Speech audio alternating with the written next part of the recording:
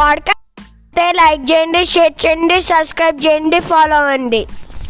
ఒక కోతికి బుద్ధి వచ్చింది. ఎట్లా బుద్ధి వచ్చింది అనేది కథ ద్వారా తెలుసుకుందాం. సరేనా పిల్లలు? ఓకే. మా పాడ్కాస్ట్ నచ్చితే లైక్ చేయండి, షేర్ చేయండి, సబ్స్క్రైబ్ రేయాన్ చెప్పినట్టు ఫాలో కూడా అవ్వండి. ఓకేనా? ఒక ఊరికి దగ్గరలో ఒక చిట్టడవి ఉండేది, చిన్న అడవి అన్నట్టు. అక్కడ చెట్లపై అనేక పక్షులు నివాసం ఏర్పరచుకున్నాయి. అంటే ఏంటి నివాసం ఏర్పరచుకోవడం అంటే ఏంటి రేయాన్? హౌస్ మేక్ చేసుకున్నాయి. ఎగ్జాక్ట్లీ. ఇక చిన్న చిన్న జంతువులకు కొదవే లేదు. కుందేళ్ళు, లేళ్ళు, దుప్పలు, ఎలుగుబంట్లు ఇలా అన్ని జంతువులు కలిసిమెలిసి జీవిస్తున్నాయి. అక్కడ ఒక చెట్టు మీద కోతి జంట కాపురం ఉంటుంది. పాపం వాటికి సంతానం కలగలేదంటే వాటికి పిల్లలు లేరు. మిగతా జంతువుల పిల్లలను ఆడిస్తూ సంతోషపడుతూ ఉంటాయట అవి. కొన్నాళ్లకు వాటికి ఒక బుజ్జి కోతి పుట్టింది. లేక కలిగిన సంతానం కావడంతో దాన్ని మరీ గారాబంగా చూడసాగాయి. ఆ అతి గారాబం వల్ల పిల్ల కోతి మొండిగా, నాటీగా తయారైంది. అంతేకాదు మిగిలిన జంతువులను చులకనగా చూడడం, వాటిని అల్లరి పెట్టడం చేయసాగింది. పెద్ద కోతి మీద గౌరవం కొద్దీ మిగిలిన జంతువులు దాన్ని పెద్దగా పట్టించుకునేవి మాత్రం కావు. కానీ అది చిన్న చిన్న జంతువులు వాటి పిల్లలను ఏడిపించసాగింది. అంటే ఇక నాటీ అయిపోయింది అన్నట్టు. అతి గారాబం చేస్తే ఏ పిల్లలైనా కూడా నాటీ అవుతారు. అలాగే ఈ కోతికి లేక దానికి కోతి పిల్ల పుట్టింది కాబట్టి అతి గారాబం చేసేసరికి ఏమైందట, అతి గారాబం చేయడం వల్ల నాటీ కోతి అంటేనే ఇంకా కోతి నాటి కోతి అయిపోయింది వాళ్ళలాగా. పిల్ల కోతి అల్లరి తెలిసి పెద్ద కోతి మందలించినా దాని బుద్ధి మారలేదు సరికదా. మరింత అల్లరి నేర్చుకుంది. చెట్టు మీద గూళ్ళు ఉంటే వాటిని లాగేయడం, పక్షులను ఏడిపించడం కూడా చేయసాగింది. ఇక దీనికి ఎలాగైనా బుద్ధి చెప్పాలనుకుంది కుందేలు. తల్లి కోతిని కలిసి, నేను పిల్ల కోతికి బుద్ధి వచ్చేలా మంచిదానిలా మారేలా చేస్తాను, కానీ నువ్వు నేను చెప్పినట్లు వినాలి, సరేనా అని అంది.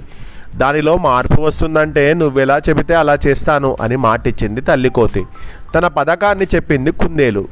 ప్రమాదం ఏమి లేదు కదా అంది తల్లి కోతి. ఏమీ పర్వాలేదు, నేను చూసుకుంటానుగా అంది కుందేలు.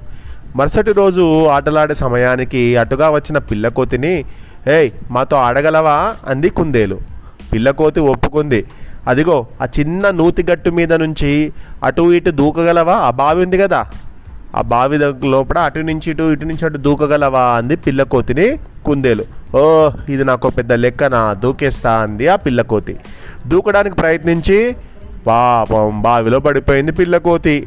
అది ఓ పాడుబడిన బావి, నీళ్లు లేవు కానీ గడ్డితో నిండి ఉంది. పిల్ల కోతికి మొదటిసారి భయం వేసింది.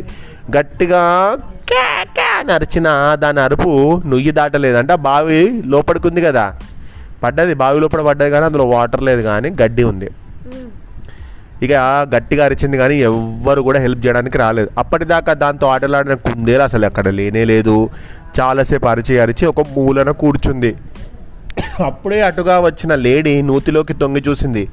ఓ పిల్లకోతి, నువ్వు నూతిలో పడ్డావా? మంచి పని అయింది, నీకు ఇలాగే జరగాలి, అందరిని నువ్వు ఏడిపిస్తుంటావుగా, మంచిగా జరిగింది నీకు అంది. మరి కొంతసేపటికి అటుగా ఓ నెమలి వచ్చి చూసింది. ఓ నెమలి, నేను ఇక్కడ నూతిలో పడిపోయాను, మా అమ్మకు చెప్పవా, నాకు భయంగా ఉంది అంది కోతి. పిల్ల, నేనెందుకు పనికిరాందా అని అందం చూసుకొని గొప్పలు పోతానని అంటూ నా పించాలు పీకిన రోజులు గుర్తులేవా? నేను చెప్పాను పా అంటూ వెళ్ళిపోయింది నెమలి. తర్వాత చాలాసేపటి వరకు ఇంకెవరు రాలేదు. పిల్ల కోతికి చాలా భయం పట్టుకుంది. దానికి తోడు చీకటి పడే సమయం కూడా అయింది. అప్పుడే అటగా వచ్చి నూతిలోకి తొంగి చూసింది ఏనుగు పిల్ల. ఓ ఏనుగన్నయ్య, నన్ను ఎలాగైనా బయటికి తీయి, నీకు పుణ్యం ఉంటుంది, నీ మేలు ఈ జన్మలో మర్చిపోను అని ఏడుస్తూ అంది. అమ్మో, నీకు సహాయం చేయడమే, అల్లరి చేసే నీకు సహాయం చేయకూడదని అడవిలో జంతువులన్నీ మాట్లాడుకుంటున్నాయి అంది. ఇక నేను ఎప్పుడూ అల్లరి చేయను, కావాలంటే అందరి ముందు నేను సారీ చెప్తాను, దయచేసి నన్ను బయటికి తీయి అంటూ వలవలా ఏడ్చింది పిల్ల కోతి. సరే ఏడవకు, నేను నిన్ను బయటికి తీయను, కానీ నీ పరిస్థితి మీ అమ్మకు చెప్తాను అంటూ వెళ్ళిపోయింది ఏనుగు పిల్ల. అలా వెళ్ళిపోయిన తర్వాత కాసేపటికి తల్లి కోతి నూతి దగ్గరకు చేరుకుంది. నూతిలో పడిన తన బిడ్డను చూసి బాధపడింది. పాపం ఒక తాడు నూతిలోకి జార విడిచి పిల్ల కోతిని బయటకు తీసింది. చూసావా, ఆ ఏనుగు పిల్ల చెప్పింది కాబట్టి సరిపోయింది, లేకపోతే ఎంత ప్రమాదం జరిగి ఉండేది అంది తల్లి కోతి. ముందు నన్ను చూసిన లేడీ నెమలి నాకు సహాయం చేయలేదమ్మా అంది పిల్లకోతి. ఎందుకు చేస్తాయి చెప్పు? నువ్వు ఎప్పుడైనా వాళ్ళతో మంచిగా ఉన్నావా? ఎప్పుడు ఏడిపిస్తూ ఉంటావు. అందరినీ నువ్వు ఏడిపిస్తూ ఉంటే, అందరితో నాటిగా ఉంటే నీకు ఎవరైనా సహాయం చేయడానికి ఇష్టపడతారా? ఇష్టపడారు అంది తల్లి కోతి. ఐఎమ్ సో సారీ అమ్మా, ఇకపై ఎప్పుడు అల్లరి చెయ్యనమ్మా, నేను అందరితో మంచిగా ఉంటానమ్మా అంటూ తల్లి చంకనెక్కి కూర్చుంది పిల్లకోతి. కుందేలు చాటు నుంచి తల్లి కోతికి బావిలో పడ్డందుకు క్షమించు, కానీ నీ బిడ్డ మారింది కదా అని చెప్పింది. సరే అన్నట్టు తల ఊపింది తల్లి కోతి. ఇంతటి చక్కటి కథ రాసిన వారెవరు? కూచిమంచి నాగేంద్ర గారు. మరి పిల్లలు నాటిగా ఉంటే ఎవరైనా ఇష్టపడతారా మనల్ని? ఇష్టపడరు. మనం ఎవరితోటైనా కూడా మంచిగా ఉండాలి, నాటిగా ఉండకూడదు.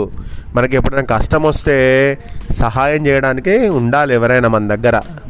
అందరితో గొడవ పెట్టుకుంటే ఎవరు మనతో మాట్లాడతారు చెప్పండి? ఎవ్వరు మాట్లాడరు. అది